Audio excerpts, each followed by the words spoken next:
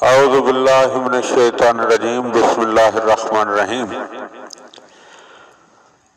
مولا کائنات حضرت امیر المومنین علی ابن ابی طالب علیہ السلام کے مجموعہ کلام نہج البلاغہ کے پہلے باب کا خطبہ نمبر 71۔ ومن کلام اللہ علیہ السلام قالہ لمروان ابن الحکم بالبصرۃ قالوا اخذ مروان ابن الحکم اسیرا یوم الجمل فاستشفع الحسن والحسین علیہم السلام الى امیر المومنین علیہ السلام فکلماہ فیہ فخلا سبیلہ فقال لہ یبائیک یا امیر المومنین۔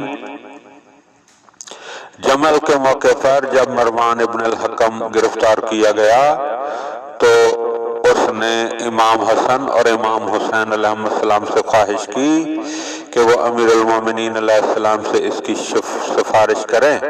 چنانچہ ان دونوں حضرات نے امیر المومنین علیہ السلام سے اس سلسلہ میں بات چیت کی اور حضرت نے اسے رہا کر دیا۔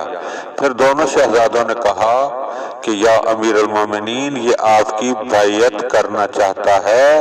فقال علیہ السلام تو حضرت نے اس کے متعلق فرمایا اولم یباینی بعد قتل عثمان لحاجت لی فی بیعتہ انہا کف یہودیت لو بایعنی بکفہ لغدر بسبتہ اما ان لہ امرتن کا لعقت القلب انفہ وہو ابو الاکمش الاربعۃ فستلقى امت منہ من ولدہ یوم احمر۔